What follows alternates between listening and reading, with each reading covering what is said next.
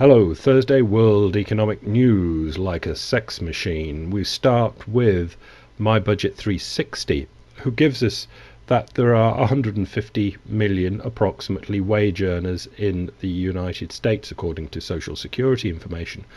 Overall population just over 300 million, so half the population are wage earners.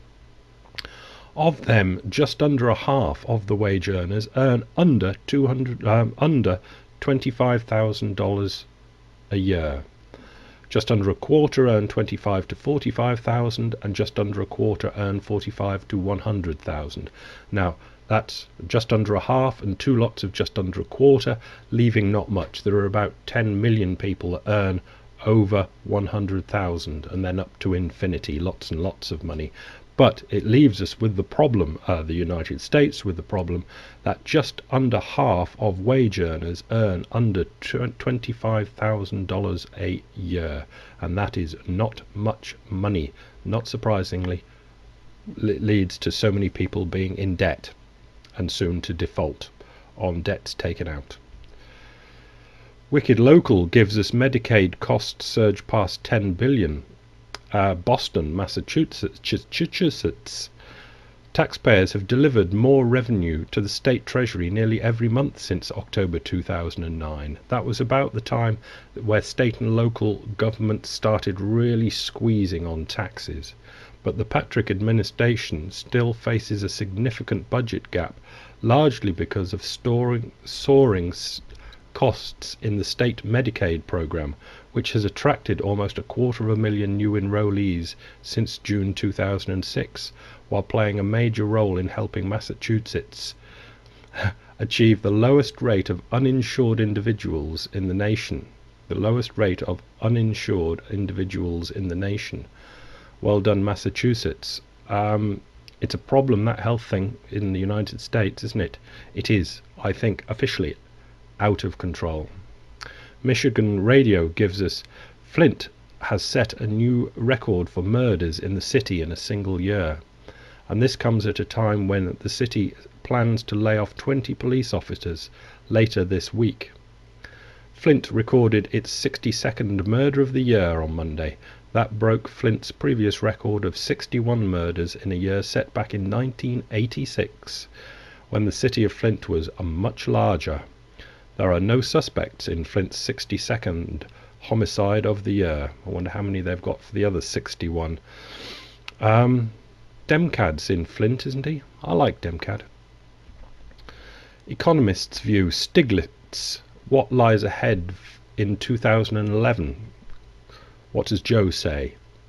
You can't argue that he is a plugged-in economist. And he says that what should happen, with the US able to borrow at record low interest rates, and with the promise of high returns on public investments after a decade of neglect, it is clear what it should do, the United States. A large-scale public investment program would stimulate employment in the short term and growth in the long term, leading in the end to a lower national debt.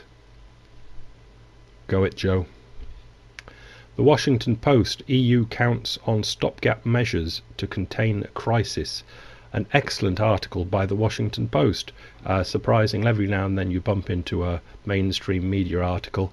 This one by Gabrielle Steinhauser, which really does a good job on Europe. Brussels, despite calls for bolder action to quell the government debt crisis, has been smouldering in the shakier corners of the continent. European leaders for now are counting on stopgap measures to keep bond market turmoil at bay.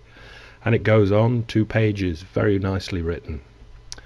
So we go to Europe, and Gollum 14, who I think's Irish, but I'm not sure, but it's very good stuff, gives us Italy erupts. A student calls for solidarity. This is after Berlusconi got his vote of confidence. The Post speak for itself. This person asks for solidarity. As this student says, they are not just protesting about education cuts, but about an entire corrupt system. This is Italy. Last year I was in Italy and had a long conversation with young television producers who described exactly what this student describes: a system utterly corrupt, where there is no way of getting ahead except through patronage and graft. The people I spoke to said they wanted nothing more than to leave Italy because they felt there was nothing for them there. And this is what happens in a place of corruption. It stagnates and revolts the people. Financial Times: Spain, the storm clouds gather. Rating agency Moody's Investor Services on Wednesday put Spain's AA1 sovereign credit rating on review for possible downgrade, citing concerns over the country's mounting debt and its funding needs in 2011. Hola! Guardian Co UK: S&P gives Belgium credit rating warning amid political uncertainty. S&P could lower Belgium's credit rating to negative from stable within 6 months. Belgium hasn't even got itself a government together for the last 6 months, so it's not surprising that they will be downgraded. Bloomberg: Trichet seeks increased bailout fund to allow flexible response to crisis.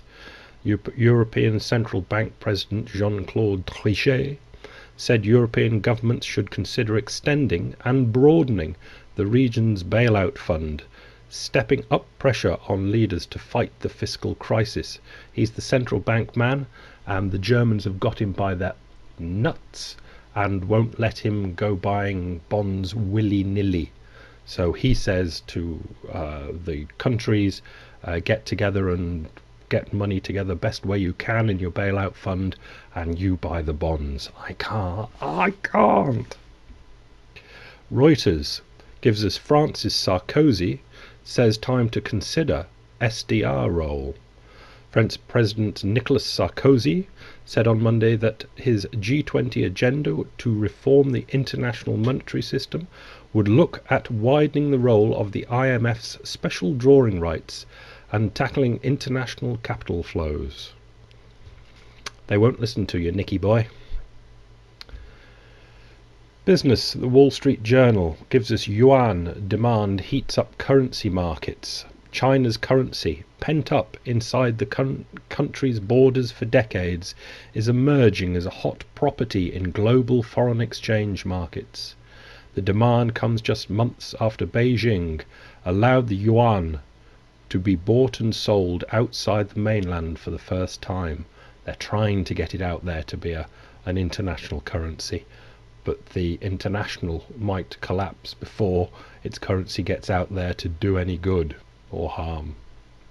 Telegraph Co UK: UK mortgage lending to fall to a 30-year low. Mortgage lending will drop to its lowest level for 30 years as banks struggle to pay back government bailouts, it's predicted today.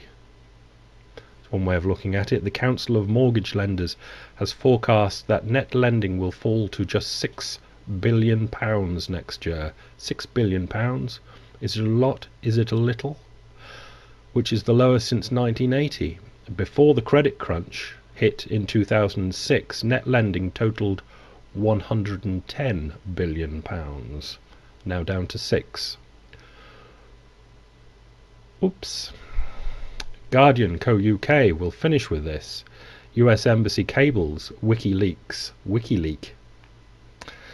Mervyn King, the Bank of England central bank man, March 17th of March to be precise, 2008.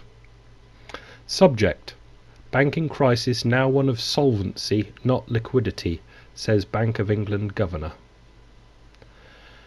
Banking crisis now one of solvency, not liquidity. It's a WikiLeak. This was March 2008. Lehman Brothers went down in September 2008. That's when you'd get people like Paulson on the television saying it's a liquidity crisis, and everybody screaming from left, right, up and down and roundabout that it was a liquidity crisis. And quite a few people on the interwebs shouting, "You lying bastards, it's a solvency crisis." Mervyn King, Bank of England top man, knew it in February. Lying bastards. But I see why they do lie. Don't mean I like it, though. Have a good Thursday. Bye.